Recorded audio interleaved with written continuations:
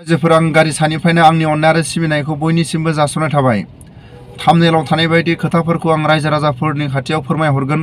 रायजो राजाफ्रा गावनि बेसेन गोसा समखौ 5 मिनिट टाइम होनानै खोनासंलाङोबा आंनि गोसो गोरबोआव गोजोननाय मोनगोन। दिनैनि बे समाव बाख्नायनो गोनां जोंनि बर' हारिनि थाखाय रायजो राजाफोरनि थाखाय बाख्नायनो गोनां आंनिफ्रायथ' आङो हाजार हाजार बे फंबायखौ आङो नमस्कार होबाय आरो रायजो राजाफ्राबो बे फंबायखौ नमस्कार होनांगोन। मानो होनोब्ला जोंनि बर' राजनितिनि दैदेनगिरिफ्रा बुंखानाय ससियेल मिडियानि गेजेरजों जिखुनु जाया बर' इउटुबारफोरनि गेजेरजों लिडारफोरखौ बखिबाय थानानै जेबो लाब गैया आरो रायजो राजाफोरनि खैफोद आफोदखौ बर' इउटुबारफोरनि गेजेरजों फोरमायहरनानै जेबो लाब गैया होननानै लिडारफ्रानो बुंखानाय। बिनि थाखायनो दिनै लिडारफोरखौ ससियेल मिडियानि गेजेरजों बुंबाबो जेबो लाब गैया आरो रायजो राजाफोरनि खैफोद आफोदखौ रायजो राजाफ्रा सोरबा दैदेनगिरिखौ लोगो हमनो थाङोबा लोगो मोना, मालाबा समाव बिथांमोना गेट खेवनानै खेवा मालाबा लोगो मोनस्लाबा। रायजो राजाफ्रा बेसेबां खामानि दामानि गारनानै दैदेनगिरिफोरखौ लोगो हमनो थाङो। बिनि थाखायनो दिनै सोरबा इउटुबारफोरनि गेजेरजों सोरबा लिडारनि खाथियाव खावलायहरो, ससियेल मिडियानि गेजेरजों खावलायहरो, नाथाय लिडारफ्रानो बुंखानाय जेबो लाब गैया।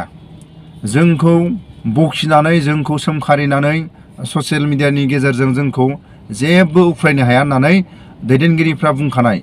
बिनि थाखायनो दिनै जोंनि गेजेराव बर' हारिनि सासे इउटुबारनि गेजेराव दिनै बर' इउटुबारखौ जोङो बाख्नायनांगोन।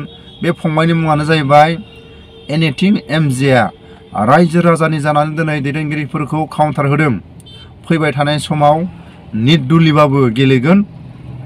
रायजो राजानि जानानै दिनै काउन्टार होनो गोनां जादों। रायजो राजाफोरनि जानानै दिनै लिडारफोरखौ दिनै सोमखारि हरनो गोनां जादों।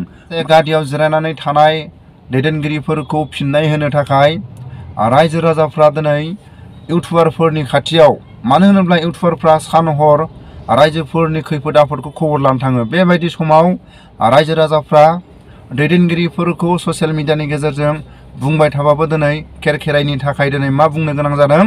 दिनै रायजो राजाफोरनि खोथा लानानैसो दिनै एनिथिं एमजेआ फैबाय थानाय समाव दैदेनगिरिफोरखौ बर' सेंग्रा सिख्लाया जुदि बयबो निदुलि गेलेनो थाङोब्ला बिनि फिननायानो जाहैबाय लिडारफोरनि फिननाय।